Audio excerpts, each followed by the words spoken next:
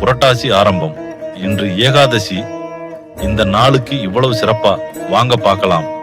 ஏகா என்றால் 1, தசி என்றால் 10, இரண்டும் சேர்ந்தால் 11. சந்திர மாதத்தின் 11ஆம் திதியே ஏகாதசி.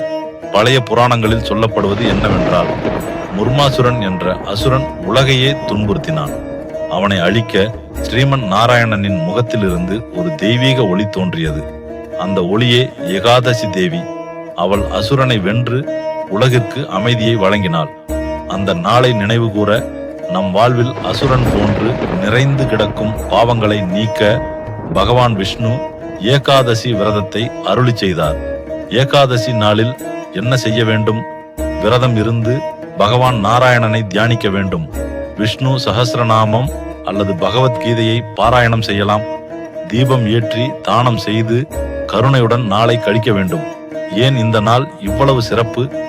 ஏனெனில் ஏகாதசி விரதம் ஒரு நாள் இருந்தாலே 1000 யாகம் செய்த புண்ணியத்திற்கு சமம் என்று கூறப்படுகிறது. இந்த நாளில் உபவாசம் செய்வதால் பாவங்கள் நீங்கி இறுதி மோட்சம் பெறுவோம் என்று ஸ்ரீமன் நாராயணன் அருளாசி வழங்கினார். அதனால் ஒவ்வொரு ஏகாதசியிலும் விஷ்ணுவை தியானித்து நம் வாழ்வில் சாந்தி, பாவ நிவாரணம், ஆன்மீக உயர்வு பெறுவோம். ஏகாதசி நமக்கு தரும் அருள் வாழ்வில் அமைதி, செழிப்பு, இறுதி மோட்சம். நமோ நாராயணா, நமோ நாராயணா.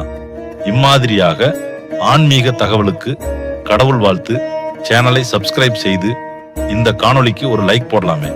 இது கடவுள் வாழ்த்து, உங்கள் வாழ்வில் ஒளி ஊற்றும் ஓர் அழைப்பு.